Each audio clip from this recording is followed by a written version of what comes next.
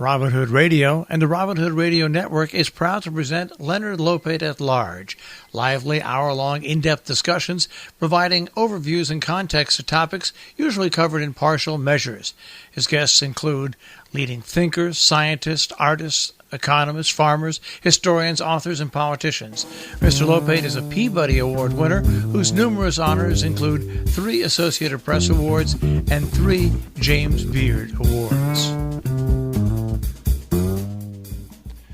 Welcome to Leonard Lopate at Large. I'm Leonard Lopate. Even the most educated and well-read people sometimes come across a word that they don't know the meaning of or are unsure of how to use it correctly. To help us out, Kathryn and Ross Petras have come up with That Doesn't Mean What You Think It Means, the 150 most commonly misused words and their tangled histories, an entertaining and useful guide published by 10-Speed Press, which cites examples often from surprising sources, followed by their correct meanings and histories. I'm very pleased to welcome Kathryn and Ross Petras to our show today. Hello. Hi. Hi. Kathryn, you and Ross are brother and sister, but you live in different cities. How did you come to collaborate on a book on this topic? Well, we had a book out before. We both are word nuts. Let's start with that. As a brother and sister, we both also delighted in finding, jeering at the other person for doing something incorrect. So it was sort of a no-brainer. And a couple years ago, we did the book You're Saying It Wrong, which was about the most mispronounced words in the English language, most commonly mispronounced. And in doing that, we did a lot of publicity and spoke to a lot of people who said, why aren't you doing things about literally and figuratively, or about compliment and compliment, and so on and so forth? And we said, aha. So then we wrote this book. And Ross, were you surprised when you realized that certain words are repeatedly misused? I have a couple of pet peeves of my own, but I'd feel uncomfortably pedantic telling someone that the speaker was at a lectern, standing on a podium. Yes. or making a distinction between less and few. Well, that would make for sort of irritating friends, I think. Friendships. It's one thing to criticize one sibling. It's another thing to criticize people at large. No, the actual impetus behind the book, though, really is to avoid invoking that in others. Basically, to try to be correct as correct as one can be. And I think it really fascinated us, though, how many times we ourselves have really misused words. Peruse, for example, immediately comes to mind. I know it means to look at or to read thoroughly, but I've used it frequently to mean to skim. And this was one real problem we found doing the book. A lot of words currently have changed so much that the opposite, they mean itself and its opposite. Literally can now mean figuratively. Well, I'm sorry. I'm going to interrupt you, Ross, because I still think a sister is allowed to interrupt her brother, figuratively, period. There's no debate in my mind. I don't care what Merriam-Webster says or whomever. It just cannot be. Well, we have a word like fulsome, which I think started off having one meaning, then took on another meaning, and now people are misusing with the original meaning. Exactly. It's such a great example of English at its most confusing and irritating, because it's true. Fulsome used to be good, then it was negative, and now people are using it just to mean full, very rich. And it's technically not. I mean, it technically does have a slightly pejorative sense. I mean, which was the middle meaning. The problem is, though, and both Ross and I have wrestled with this often, is where do you draw the line? I mean, I think with some words you go, okay, it's evolved, perhaps it's evolved back or forward, whichever. Back evolved, that doesn't seem to make sense, but whatever. Back evolution, sure. Thank you. But, I mean, and it's okay then. You can kind of fulsome, I think it's fine if someone uses it to mean just abundant and rich. You're not going to send them to Folsom Prison? God, that's a good one. You got something for the next radio interview there. I don't know if we're going to groan or cry or laugh. But there are other ones. And again, we go back to literally, figuratively, or discrete ETE ending or discrete EET ending, where I think that you have to stick with the correct usage. I think it's wrong, and I don't think it should be, that's fine. Well, no, I think language changes, and I think, there are many words here that I think even though we're saying no, you should say, for example, I think unique. I think unique should mean only one. Yeah. But I think where people shouldn't say it's very unique. very unique. We had an example, I think, from the Times, one of the most unique examples, et cetera, et cetera. I think I'm against it. I think unique means one and only one. I think we have a very rich language. Let's stick to unique meaning one of a kind. I don't like saying one of a kind. I prefer saying unique. That said, I think in the next 20 or 30 years, unique is going to evolve completely into a word meaning exceptional. And people are going to say oftentimes one of the most unique and not be criticized for it. But I think we're in the here and now. And right now we're not 20 years ahead. And I think right now we should try to stick to certain definitions that are generally seen as correct. What about the word hopefully? When I started doing radio shows and talking about language, hopefully was definitely disdained, and it's been the subject of debate for a long time. Well, how should it be used, and how do people generally use it? Hasn't it become acceptable over the years? You even cite the New York Times as using it in the way that supposedly grammarians would frown on. Well, the argument that we put in the book is that you can say hopefully as an adverb modifies the entire statement. So that's like a grammarian's way out of the whole problem. So it can be seen as correct. It's a cheat, if you will. A lovely cheat. Well, I always wondered why, if you could say happily, you couldn't say hopefully. That's the entire argument. You're basically modifying an adverb tends to modifies a verb, but in this case you're modifying an entire clause or an entire statement. And I think it's fine to say it. I have no problem with it. In fact, doing the book, we did a lot of research on prescriptive and descriptive grammarians and people saying you should say this, you shouldn't say this. And we came to the unhappy conclusion that we're moderates, and we're not completely against words changing, nor are we completely for following every rule in the book. And I think hopefully is one case where it's a useful word. It usefully modifies an entire sentence, and I think we should use it. As opposed to one would hope. Right, exactly. Well, yes, one would hope has that slightly stodgy, unfortunately, sound. Although, that said, we were raised by a mother who would answer the phone, and we do now, still, with this is, yes, it is she, or it is I, which I know sounds it is I, possibly stodgy, but we can't help it. There's also who am I speaking, and that sort of thing. Yeah, no. There's also the myself situation where people will say on voicemail, if you want to reach Mary or myself, leave a message after the beep. Wouldn't if you want to reach Mary or me be perfectly acceptable? The problem with that, absolutely, but that's a case where the me-I issue gets so frightening. And I must say, I'm one who gets nervous sometimes because I've gotten to the point where I hypercorrect and I correct incorrectly now. I correct myself because I'm so worried about, no, it should be I, and then it's like, no, me, no, I, and it goes on, that myself is the frightened person's way out. I for me, it's a cowardly way out. I throw in a myself and you're right, whereas if it's the I or the me, you run the risk of being incorrect. Well, is this a case where we need to figure out if it is the subject or the object of the sentence? Precisely, we do. But the problem nowadays is so few people know objects and subjects of sentences. A couple of times we've been on radio shows where we're getting call-ins, and we'll explain whom as an object, and people are stymied by that. Yeah. I do think we can overdo grammar, but I think in the currently I think we're underdoing grammar. We're not studying it at all, and I think that's really dangerous. I don't think it's very good for us.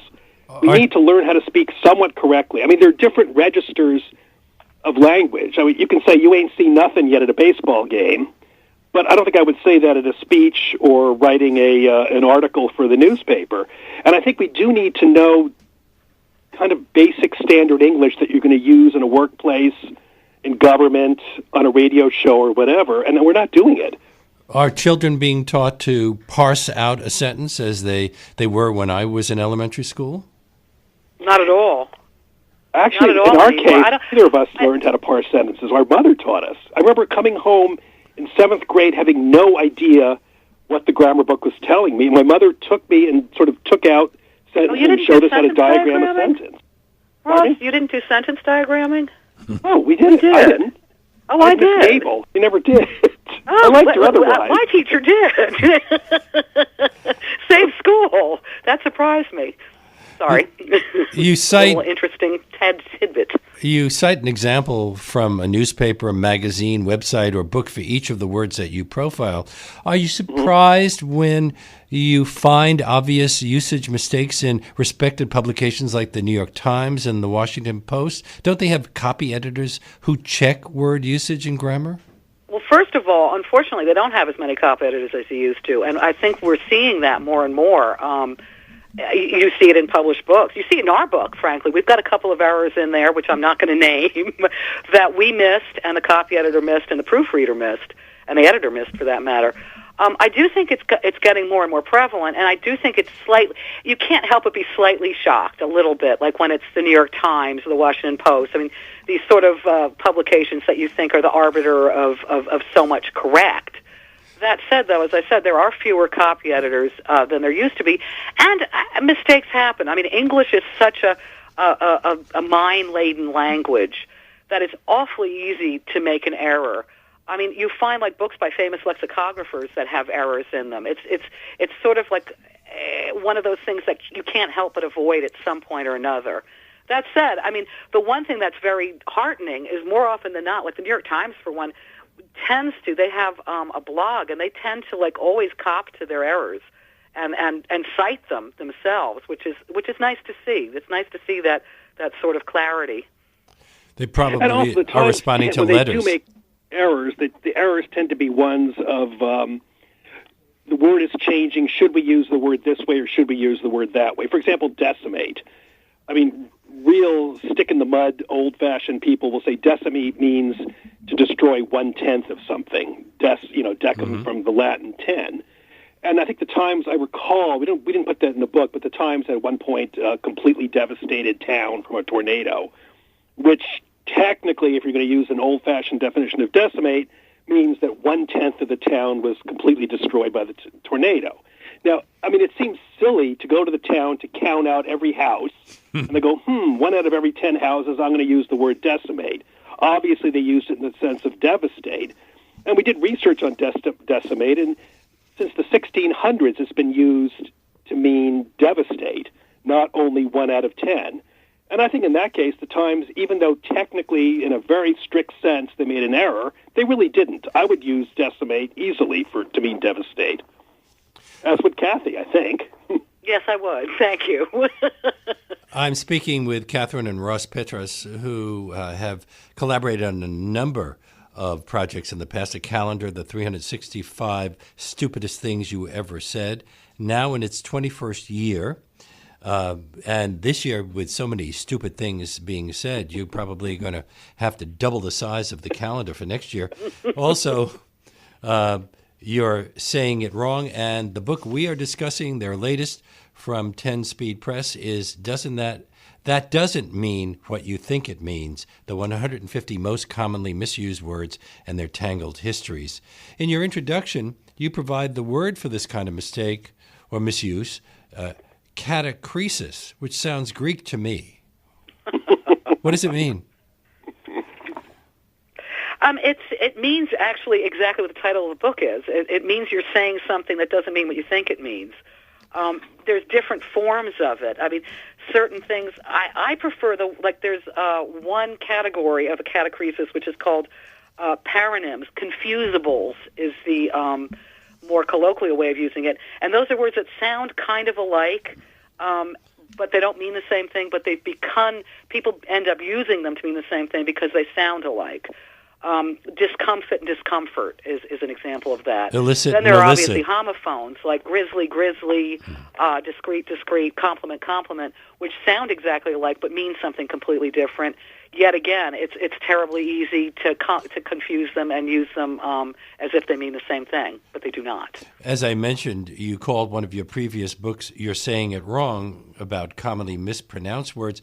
Do you find that many of the words that are mispronounced are also misused? That's a really good question. I don't think I ever thought of that. Did you, Ross? I'm trying to see if I can draw. I don't think so, really. In most cases, the words that are misused tend to be Latinate, or derived from Latin or Anglo-Norman. And That's and tend to be I'm just thinking, pronounced I don't correctly. think so. Although you could argue flaunt and flout. I mean, you could argue they're mispronouncing flaunt to mean flout. I guess you could say that. They're saying flaunt means flout and flout means flaunt. But not really. No, in most cases, the words that are mispronounced are words that have come into the language later, I think, usually.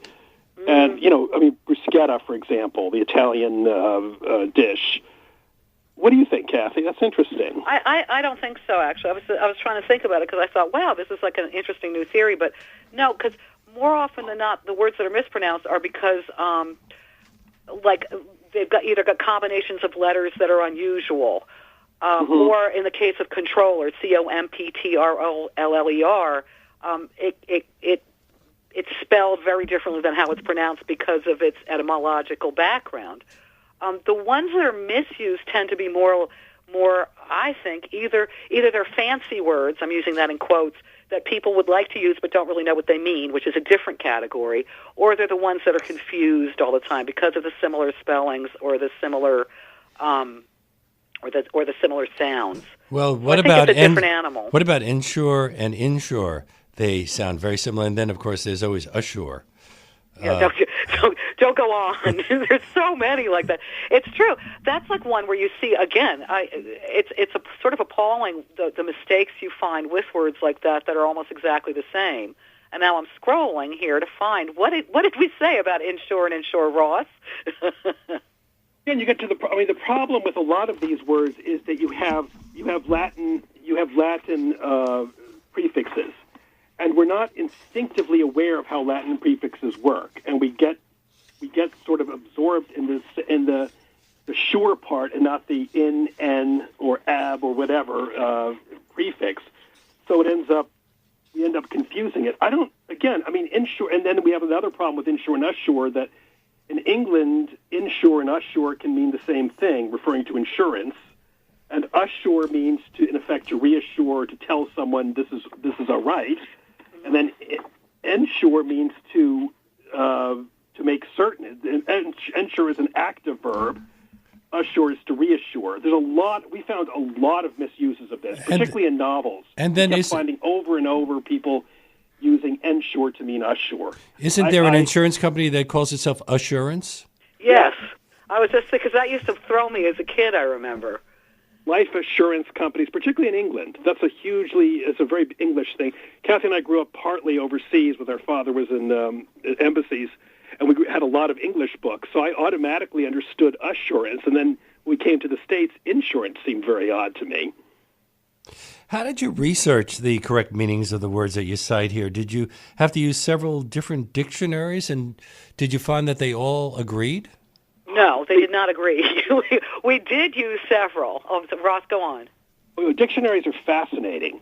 We used the Oxford English Dictionary, the giant corpus of words, for basic definitions and etymological and histories of the word. But then we got into the States, and it's really interesting because you have the Merriam-Webster, which the third edition of the Merriam-Webster is either notorious or wonderful, according to your basic definition of what a good dictionary is. It's called a descriptive dictionary, and it will basically cite virtually every commonly used definition of the word. So therefore, for literally, you can have it mean literally in the sense that we know it, exactly what happened, or we can have it in the general sense of figuratively. The other dictionary we used oftentimes was the American Heritage Dictionary. That's more of a, quote, called a prescriptive dictionary. It basically, getting a panel of experts together, says, what is the correct usage? What is the generally seen correct usage of this word? We tried to kind of wend our way through both of those. Now, as Ross said earlier, we're in the unenviable position of being in the middle, which is hard because sometimes we do say the, quote, incorrect meaning is fine. In other cases, we say the, quote, incorrect meaning is incorrect, is truly incorrect. Oh, let's take a word like... though, with the difference in dictionaries, though, as Ross was saying, like Merriam-Webster. Merriam-Webster, for example, defines irregardless as a word. And now many, many people just go crazy when they hear the word irregardless. It's like, no, that's not a word. But you'd find that even like the Oxford English Dictionary does include irregardless. They say it's non-standard. Cambridge Dictionary, same thing, like non-standard. but Merriam-Webster does accept it. I mean, and their protocol is a little bit different, and they do use it based on common usage, but it's got to be commonly used for many, many years. It's not like everybody's using it this year, ergo it'll be entered. That said, I still hate irregardless.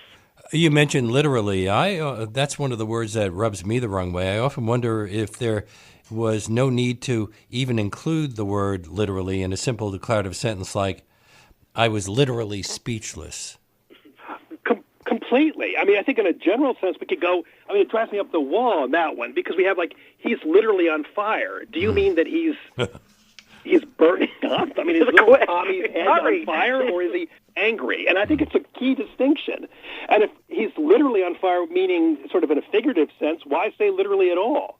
And in that sense, I want to add something about... They're using it instead of totally or completely. Yeah, exactly. He's totally on... Whatever. We don't need excess verbiage.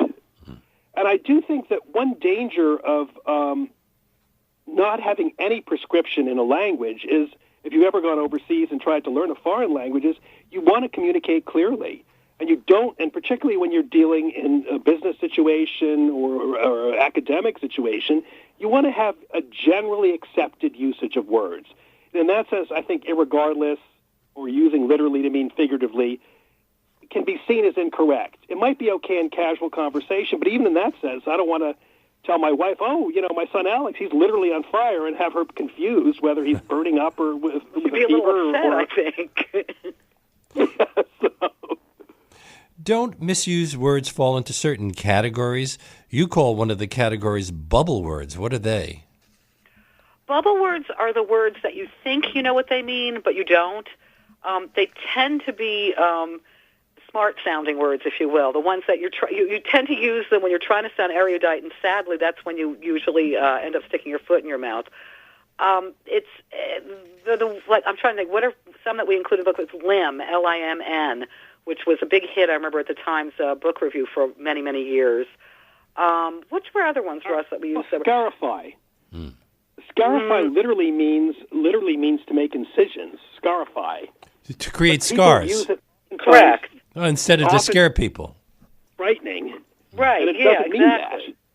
And in that sense, that's another sort of bubble word that sounds like you really know what you're talking about. You don't. One of my pet peeves, and it's probably more controversial, is the use of preternatural instead of supernatural. Preternatural comes from the Latin praeter, meaning before, supernatural, before natural, and supernatural, above natural.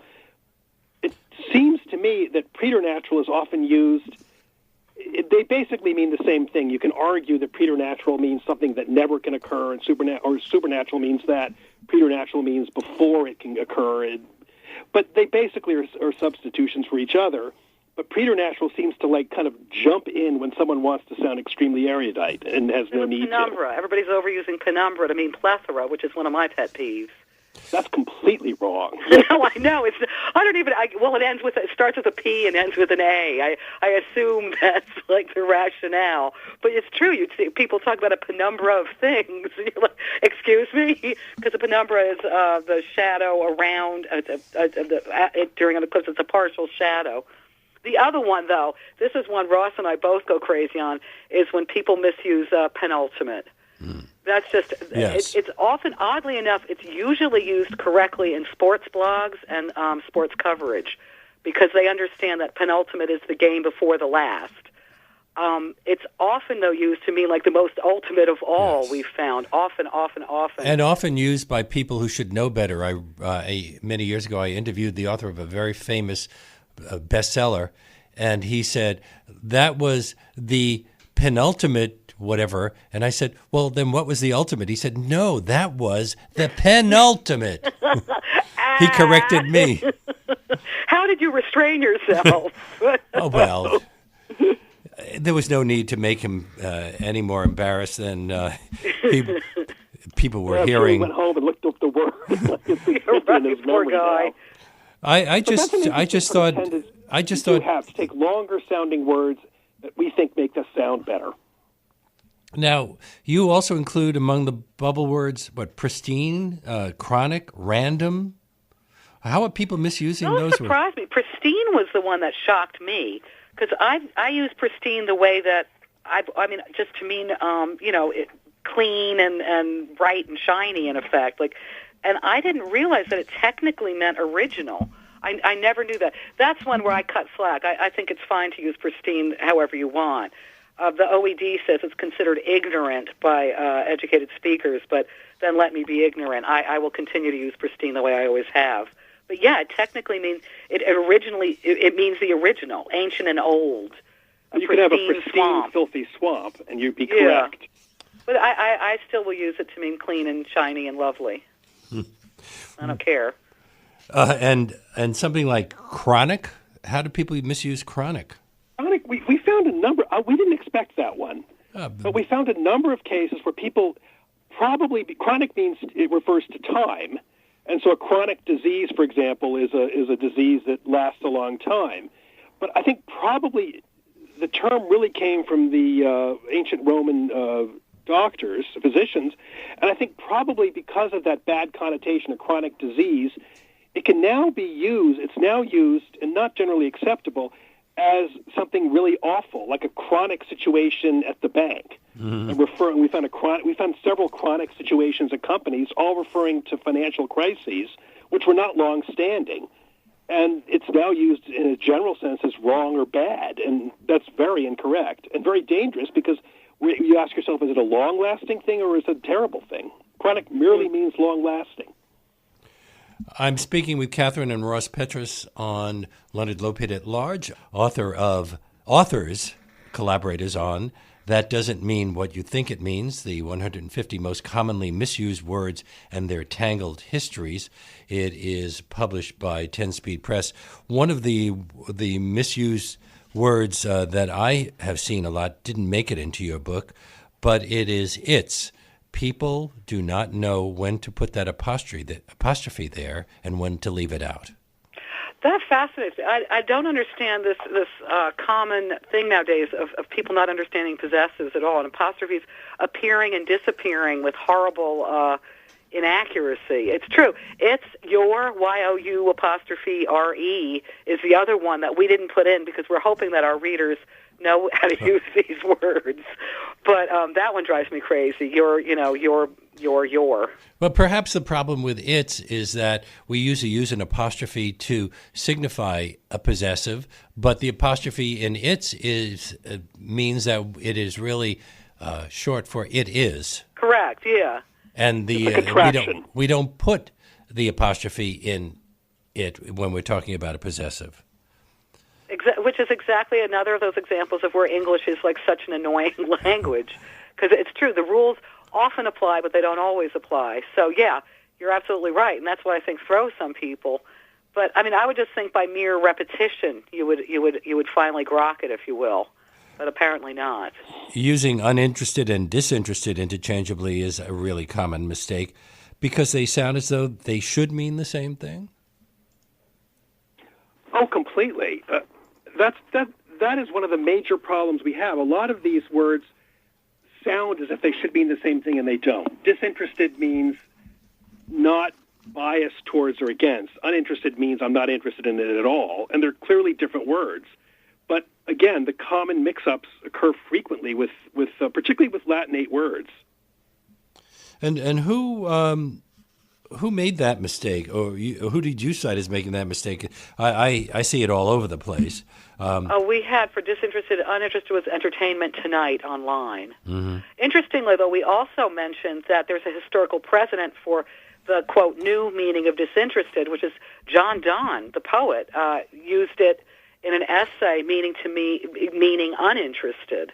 It was an essay on suicide. And then the current correct, in quotes, meaning free from bias, didn't appear until later in 1659. So here we have it again, where a word initially can mean something, evolves to mean something else, which is what becomes the common usage, and then evolves back to the initial meaning, and people now squawk and cry and say, well, we can't use it that way, but actually that's the word it initially meant. But isn't it a useful word? English is just fraught with these examples, and it's very difficult to sort of piece your way through. But if we misuse it, then we are really misusing a very useful word, disinterested, especially when you're talking about, let's say, somebody involved in business. He was disinterested in, or a lawyer or whatever, in that situation, meaning that was not really, was, as you say, was unbiased or not involved, whereas uninterested means we're bored. Mm-hmm. I think you're completely correct, and that's one thing that we did try to aim at in the book. We aimed to preserve or advocate preserving words that we felt were useful and distinctive and had useful purposes. And in that sense, we earlier said unique, for example. Unique is a good word to use in a sense of one of a kind. I think disinterested and uninterested are completely the same way. Disinterested, a disinterested judge, I want my judge to be disinterested when he's ruling on me. I certainly don't want him to be uninterested in my case. Another one, and this one is totally understandable, is lie and lay, which trips up a lot of people. When should we use lie and when should we use lay? Now, we have basically two words here. I think, actually, this is going to be one of those words that's going to disappear, the distinction. You should use I lie down, and then you have basically, let's go back, I'm sorry, transitive versus intransitive. Transitive verbs are verbs that do something to something else. I hit him is a transitive verb, hit. An intransitive verb is I do it to myself. So we have two, in the sense, lie, and then we have lay. Lie is, okay, I lie down. Let me get this straight now. Hold on. I lie down is intransitive. I lie down. Yeah, if I make it transitive and say lay down something. So Bob Dylan got it right with lay, lady, lay. But what about as I lay dying, Faulkner? In that case, I guess lay is in the past tense. That complicates things a lot. You're confusing us now. I was like say Eric Clapton. You said Bob Dylan. Eric Clapton got it wrong with "lay down, Sally," unless you're laying her down. Yeah. So we can't. I don't think he was saying that either. But Dylan said, "Lay, lady, lay across my big brass bed." He was telling her to. No, that's incorrect. That's incorrect. Okay. Right, that's incorrect. Lie across it should be lie, lady, lie across my big back. Unless he was laying her down on the big grass bed. He is the past tense of the transitive verb. So you should say, I lie down, and he's saying lie across my big brass bed. Yeah, that wouldn't have worked. Said. But that doesn't sound It doesn't sound the same, does it? I think we've got to cut him a little poetic license there. But it's interesting, though, because between lie and lay, I think it's getting to the point now where we're losing that distinction. And I don't think it's necessarily... It grates on my ears if I hear it used incorrectly, but I don't think it's necessarily a bad thing. I think that distinction is completely dissipating. And I don't okay, but how do you feel about between you and I, Ross? I can't take. Between you and me. Now, between you and me is correct, but most people feel that they're saying it correctly when they say between you and I. That's the problem. It's called hypercorrection, and that is... most people seem to think me is wrong most of the time, and it's not. There are, as you just said, there's a time when a me is correct, and it's between you and me. But everybody, I would say 99% of the time nowadays, I hear and read. It's one thing to hear it, but I'm also seeing it in print more and more. I am seeing much more between you and I, which is incorrect. In respected journals? Yeah. It's really becoming more and more prevalent. I think that we go back to, I think that there's a fear. Everybody learned, it was hammered into people's heads so much that you shouldn't say you and me are going. You know, it's you and I, you and I, you and I, that I think people automatically now assume an I is right. And I think that's one, we were talking before about things evolving. I shudder a little bit, but I think that more and more you're going to see the I's and me's becoming like sort of whatever, you know, you can use either. Well, it goes back. That goes back to the whole problem, I think, of not learning grammar. I mean, it's an object of the preposition between, so it should be. You would say between you and me, obviously, or between you and him. You wouldn't say between you and he. But I don't think we really have learned yet, or anymore, the idea of an objective case and a subjective case. Subjective, yeah. Objects. But when anymore. you mentioned, we don't understand that, and I think that really creates real confusion. And as Kathy said, we end up just chucking in I willy-nilly because we instinctively think I is more correct. On the other hand, you mentioned earlier your mother convincing you to say "it is I" when you were answering the phone. Isn't it easy to just simply change the sentence to figure out whether it should be I or me? You would say, I am the one answering the phone. You wouldn't say me is the one answering the phone. Exactly. Completely correctly. I mean, you're completely correct. But then you're asking people to basically do mental gymnastic each time they hear something, and they're not going to do it. I just want to interject and say that, as we cite in the book, it's not the I and me is not a new thing, because we had Ben Jonson back in 1568 writing that Musco has been with my cousin and I all day, and Shakespeare in Merchant of Venice said all debts are cleared between you and I. So there you go. Although I heard it just recently on it was some movie. And the guy was a professor, and he said, "Between you and I cringed." Yeah, I couldn't watch the rest of the film, right? I think. So I don't know. Well, Shakespeare was semi-inventing the language. We'll allow him to get away with it. Yeah, right. He and Bob Dylan are the two that so far have gotten slack. Now, the other words that I see confusing to a lot of people are emigrate and immigrate. That's one that always stumps me. Ross wrote that section, which I was glad of, because it's one that I always get a little panicky about. Well, one means leaving a country, the other means coming into a country. In the I can give you im, and then emigrate, X, from the Latin X, out of a country. And so, there's an obvious, easy distinction. However, in England, immigrate tends to be very much of an American popular word. It's not very popular in England. And I looked at message boards where the Brits are castigating Americans for preserving that distinction. I think it's very clear. You immigrate into Canada or into the United States, and you emigrate from the United States to Ecuador or wherever. See, but I think this is one of those words that people misuse because emigrate looks smarter. I don't know why, but I think because we've always seen immigrate, I do think that people think emigrate means the same thing, and it looks a little classier. It's like the fancy way of doing it. Like I've said before, discreet and discreet. I can't tell you how often I see people using the ETE ending to mean discreet, the double E ending, and I think it's because it looks somehow smarter. Do you know what I mean? Proper term for it, but there is some weird thing about that. There are words that sound so much alike that it is really easy to understand why they're confused. One example is eminent, imminent, and imminent.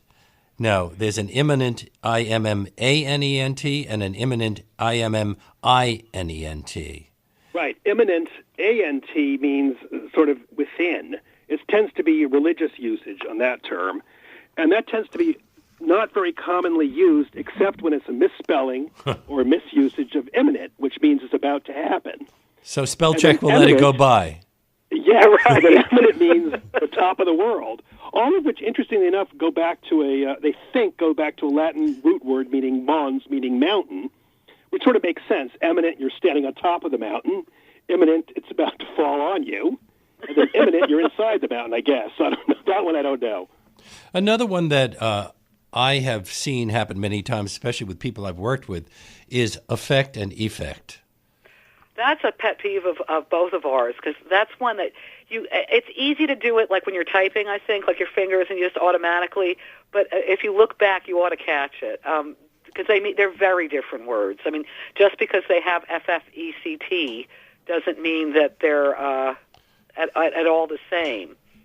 Well, affect, A-F-F-E-C-T, is the one with an A, is generally a verb, but then things get confused a bit because it's also used as a psychological term with the emphasis on the first syllable, and it becomes affect. Correct, yeah. Right. A flat affect, effect as you hear about. It can be an effect, something happened, or it can be like to make a change.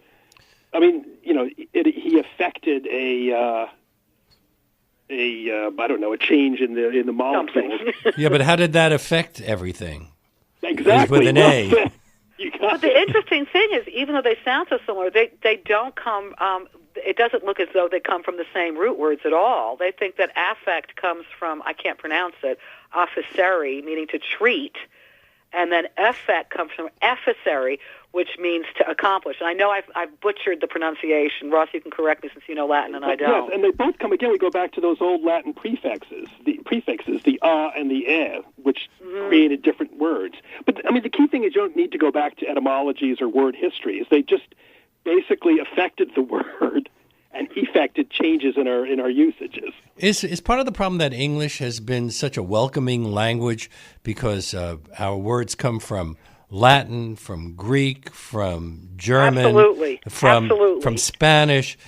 We have borrowed the French. Of course, after the Norman invasion, suddenly we had a whole bunch of French words that wound up in our language. And I think, don't we have the largest number of words of any language in the world? We actually, I mean, it's hard to say exactly how many words any language has because it's such a protean sort of thing. It evolves and all that, but definitely so. English is fascinating because we have, in many cases, two words for the same thing because we had first the Anglo-Saxon base, and then, as you said, that Anglo-Norman, the Norman incursion, which brought in Latin words and French words derived from Latin. And then the you have just the waves of immigration into the country, which is why we do have the largest group of what are called loan words. That's foreign words that we've incorporated into our language, which incidentally do fall into the most easily mispronounced words for us because they are so foreign. Such as? But also with English, so it's really interesting. For example, with food words. We don't eat cow meat. Cow comes from the Anglo-Saxon. The Normans came, so the poor Anglo-Saxon raised cows, and then they gave it to their masters who were Normans, and the Normans ate bœuf or beef. So a lot of the food words show that those two. We have mutton, we have sheep. There are a lot of words that have two meanings. And the one thing is, a lot of times people say, "Oh, we should only use Anglo-Saxon words," but it's hard to know. I read something talking about you should try to use as simple language as possible, be frugal in your speech. Well, frugal comes from the Latin frugalis. It should be thrifty in your speech if you're going to be a stickler for this. Well, I don't know what their beef is. Are they trying to cow us? That was very moving. I'm looking for a cud pun there, but another. You could have come up with one. Sorry. Another one is if you ruminate. Another one is pandemic, epidemic, and endemic. Now, That's pandemic and epidemic are similar, aren't they? Yeah, they're very similar, but they mean different things again. And that's one that Hollywood in particular, I think, goes crazy with pandemic. Everything's pandemic. But there's a difference. Pandemic is the big one. It's a worldwide epidemic affecting a lot of people, or most people. Epidemic is like a notch below a pandemic. It's a disease that's spread to more than one community, but it's not pandemic. And then, outbreak is the lowest if you're curious about like the spread of disease. And then endemic is completely different. Just means it's related, but it means prevalent in a certain group, particular to found in a group. It doesn't have to be disease, whereas pandemic and epidemic are. But epidemic is local and pandemic is global? Pretty much. Global. Well, pandemic is larger than epidemic. Pandemic is when you really panic. Epidemic, you get quite tense. Outbreak, you're a little nervous. In some cases, aren't we making really subtle distinctions like discrepancy and disparity? Yes, I think so. And I think that's where strict grammarians get a little irritating, frankly. I think it's fine, certain things. But then we go back to, I'm sorry, I'm cutting myself off in the middle of my thought. We go back to the whole notion of English being an incredibly rich language with, as you pointed out before, so many words. And there is something lovely about using a word to mean a very precise thing, I think. It's like poetry. Because we can be more precise. Hit me recently with the Brett Kavanaugh hearings. Kavanaugh said that the Ford allegations were refuted by her co-workers or her friends at the party. And that was interesting because the correct legal definition of refute is to disprove or to convince by various proofs, and basically to win over a judge and a jury or whomever by concrete proofs. And in his usage, regardless of what you feel, these people said they weren't at the party. That's not a refutation of what Ford was saying. So should we be surprised that a judge used the word that way? Judge used the word that way. And that was very interesting to me. I mean, Garner's law review clearly states what refute means. So I was wondering, now, there's a second definition of refute, which means basically countering and all of that. But the first definition, and one generally accepted in law, is to mean basically to prove by convincingly prove. And to disprove, that's not the correct message there. So that sort of hit me. I mean, either he was using the second definition, which strikes me as a bit careless, or he was trying to say something that he shouldn't be saying. I don't know. It is, and I apologize for asking you a question, but because it is widely used just to mean to deny. I deny that. I'm refuting that. So I understand you're saying if you're doing it in a legal profession and he's a judge, now he's a justice. That's why it interested me. You can use it, but the generally accepted use is the stricter definition, actually. Mm-hmm. Now, another one that I think most people have problems with is further and farther. That's another one that, I think is really being a stickler slightly, even though we include it and explain it. There is a slight doubt. That's one where I've always used it correctly, I think, just by ear, as opposed to, really knowing what the difference was. But there is a technical difference. Farther is used. Now I'm going to get it wrong. Okay, farther is usually used to mean physical distance. It's farther. It's farther over there. It's farther away. Further is figurative, not literal. It couldn't be further from the truth. And the way you can remember that is farther has far in it, and far is distance, and further has fur in it, which doesn't have distance in it. That said, I really think that it's fine to use further. It's further away, personally. Then you can also further a position. Yes, precisely. That confuses everything. Figurative. Thanks for confusing us now. Can you further an actual position? I'm kind of like, Here we go with English. What a wonderful, confusing language it is, I have to say.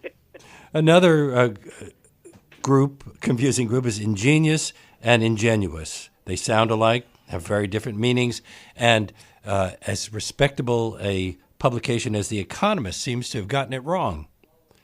Yes, and this is a case, again, The Economist got it right. Oh, they got it right? I thought... They got it right. The Canadian manufacturers that they were referring to got it wrong, and they quoted The Economist I read it too incorrectly. But the words come from the same basic Latin root. One came to mean sort of naive. The other came to mean clever. I don't think you want to have naive engineers. The quote involves engineers, ingenuous engineers. I don't want naive engineers. I want ingenious engineers who are clever and skillful. But, this is a case when language, it begins from the same root word, and then it gradually, for various reasons of history, the meanings diverge, and they both are useful words. Just don't confuse them. Two words that get misused that do not come from the same roots are facetious and sarcastic. That's another sort of picky one, but that fascinated me because you see nowadays, again, that's one of the facetious sounds like, I think, a little smarter and cooler, if you will, than sarcastic. So it gets used really when it oughtn't be. The problem is we have an example of a facetious smile. It was on MSNBC.com. It said Seinfeld said something to the camera with a facetious smile. And technically, facetious refers to words. You say something facetiously. You don't do something facetiously. But you're not saying the same thing as you are when you're saying something sarcastically, which was a put-down. Correct. Facetious doesn't mean a put-down necessarily. No, very good. It means you're joking around. Precisely, yeah. If it's facetious, you're not supposed to take it seriously. It's sort of like a wink at the person or whatever, a nudge, nudge. Whereas sarcastic is it literally meant, the word it came from means to strip flesh from a piece of meat, which is pretty indicative of the cutting quality of what it means. Then there's nauseous and nauseated, which sound as though they should mean the same thing, and they obviously come from the same roots. How are we this using them incorrectly? Because he used to correct me all the time because I would always say, "Oh God, I feel so nauseous," and he said, "It's not nauseous, it's nauseated." And I kept on fighting him back, and we wrote this book, and he's been lording it all over me ever since. My wife did that to me. I mean, basically now it's generally seen as success, and they're basically generally seen as synonymous. But technically speaking, nauseous is an adjective referring to something causing nausea. Nauseated means feeling sick to one's stomach. So you're nauseated, not nauseous. But Kathy is from New York originally, and she lived in New York much longer than I did, and everyone there says nauseous. I feel nauseous. And Kathy is Excuse me, I'm from New York, and I don't say that. You got to get it right. No, we're not. Now, I mentioned earlier that one of the ones that's always annoyed me is people saying that they were at the podium. You have Barack Obama, of all people, having somebody bang on the podium rather than the lectern. The podium is that little platform that you stand on when you're at a lectern. But I would say that I hear that misuse so often that now most people think that the lectern is the podium. Even though podium comes from a Latin word for foot, doesn't it? Yes. I completely agree with you. I didn't actually know that until we wrote it. And it just fascinates me because it keeps getting images of Barack Obama on his hands and knees on the floor. And no, lectern is what you should be talking about. It's the thing where you stand before it and with the book or whatever. Podium is the thing on the floor. And I think you're right. At this point, I wouldn't call it as an incorrect. We have it in the book, and if you're interested in distinctions, it's there. But yeah, a lot of what we include in the book, frankly, we don't feel you have to follow. I mean, we're telling you what's technically correct a lot of times just because it's very interesting. And again, like the podium one, I just love the image of someone lying on the floor pounding it. But that's But don't we lose? Anyone would criticize you for saying lectern. But podium instead of don't lectern. We lose a distinction? I also mentioned few and less, and the New York Times often uses the word less when they mean few. Less is I had less ice cream and I had fewer ice cream cones. It's quite clear what each really means. Why has less just taken over? That's a good question. Because I know everybody always talks about it when they're in supermarket lines. It's the big thing. Like it always says less if you have less than 15 items, and it's supposed to be fewer. Yeah.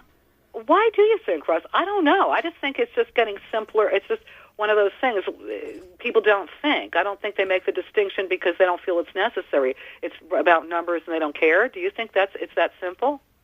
And I think the one interesting thing about English, though, is a lot of these grammatical rules come from the 1700s and the 1800s when various individuals saw upon themselves to write books on correct usages. And what they did was they followed the elite of England, of London, or the elite of New York, and listened to what they said and decided these things are true. And I don't recall where the less fewer distinction came from, but it basically came. I think it was Lindley Murray, one of the big. It was Robert Baker, the grammarian Robert Baker, English grammarian. Robert Baker. Okay, so it comes from one of these, and then it became sort of fossilized into our language. English doesn't have like the Académie Française or the Italian Academy or whatever to determine by experts or linguists or whatever what is correct. It tends to basically follow a few writers here and there and a few people here and there who think this is right, and then it catches on. Well, Strunk and White comes to mind, and how much everybody quoting Strunk and White, and it's like a lot of that I actually don't like, but it's Strunk and White, everybody says. So well, people now have your book, and I thank you so much for writing it because it's a lot of fun. That Doesn't Mean What You Think It Means, the 150 most commonly misused words and their tangled histories, published by 10 Speed Press by Kathryn and Ross Petras. And that brings us to the end of our show. My great thanks to Kathryn Petras and Ross Petras, to Barbara Kahn, who produced this segment, to Charlie Morrow, who composed our theme music, to Reggie Johnson, who is at the audio controls, and to my assistant producer, Jesse Lind, who makes things run smoothly. Leonard Lopate at Large comes to you on Saturdays at 4 and Tuesdays at noon. You can subscribe to Leonard Lopate at Large podcast on iTunes and by clicking on Robin Hood Radio's archive program site. which is robinhoodradio.com. You can also check out Leonard Lopate at Large Facebook page. We hope to see you next week.